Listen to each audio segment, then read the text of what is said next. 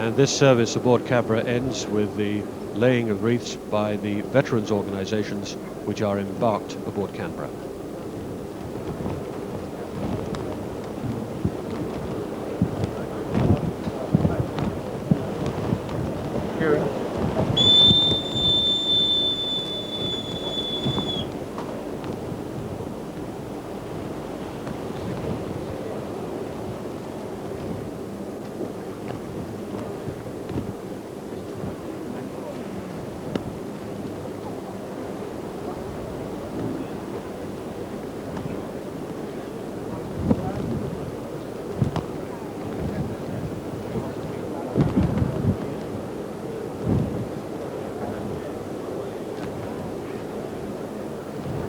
By the Royal British Legion, the Women's Section, the Merchant Navy, and a representative of the Canadian Legion.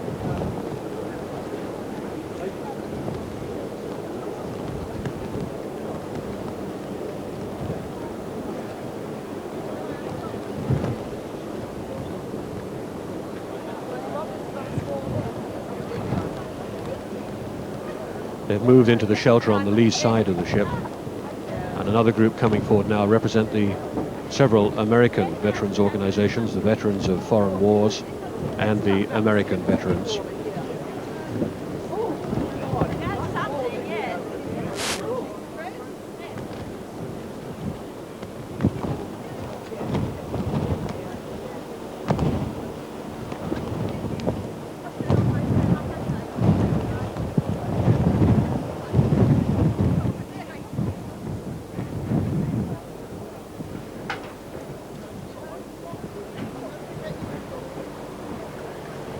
And the final group coming forward now represent the disabled American veterans.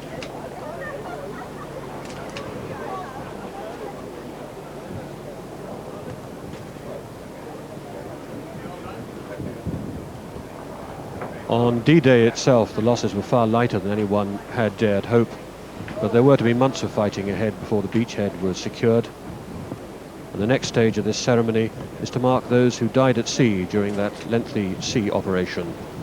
Here's Julian Tutt. Well, those remarkable pictures coming from the middle of the channel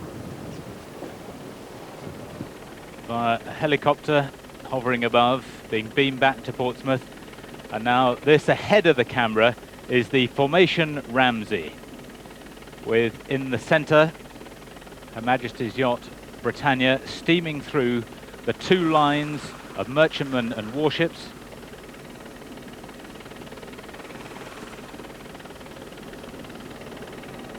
There is Britannia,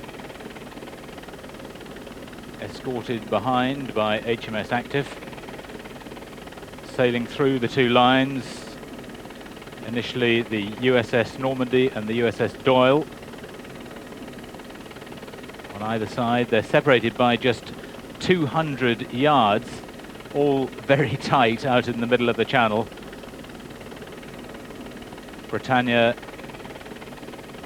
sailing through at a relative speed of about 5 knots. And as Britannia passes each pair of ships, wreaths are being laid in commemoration of the sailors from all the navies that died in Operation Neptune.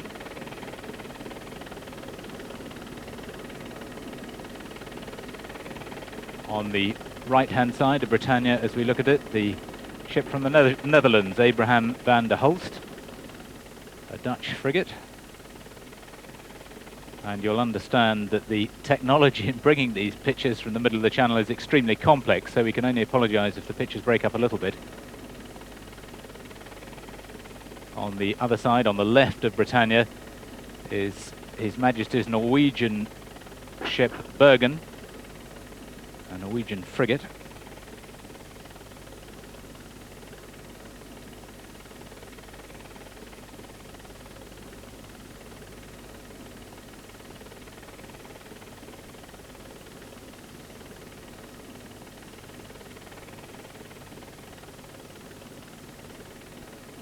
And approaching the next pair on the right-hand side, Her Majesty's Canadian ship Toronto, a Canadian frigate, one of 12 Halifax-class frigates.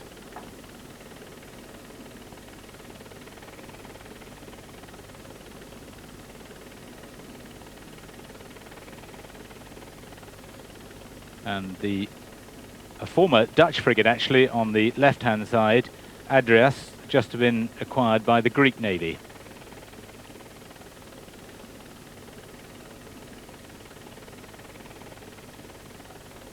All the various heads of state and government that we saw earlier in the day at the drumhead ceremony, and then for the review of the fleet in Spithead, they're still aboard the Royal Yacht Britannia, with the exception of President Clinton. President Mitterrand, of course, left earlier. He's not on Britannia. He went across back to France to host the commemorations over there.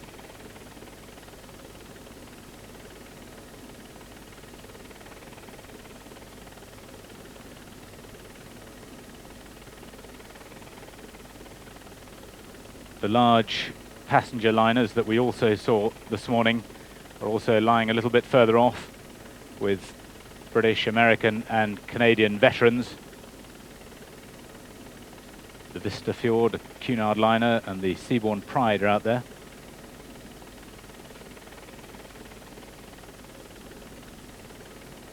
And the next pair of ships, HMS Avenger on the right, and the Belgian naval ship Vestib on the left.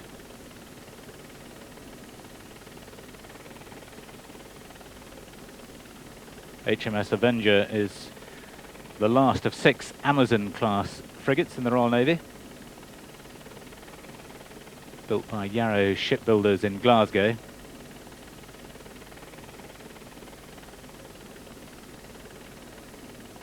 And Britannia just 100 yards away from the 2 ships on either side. Meanwhile, Canberra behind, steaming up to catch up. The service now complete. She's aiming to steam up alongside the formation Ramsey.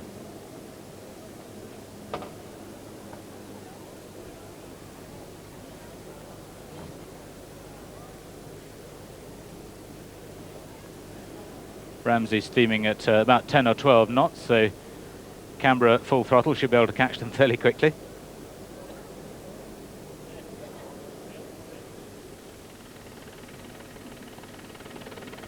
And this symbolically taking place actually rather further out than what was called the Piccadilly Circus, for the actual crossing for Operation Neptune, where all the various forces met up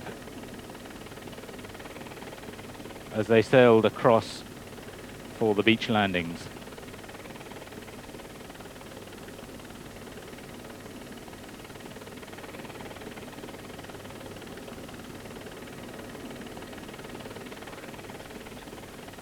And coming up to the last 2 on the left-hand side, the French ship Duguay-Trouin, which is a very famous name in the French Navy, named after an admiral of a century or 2 ago. There have been a number of ships with the same name.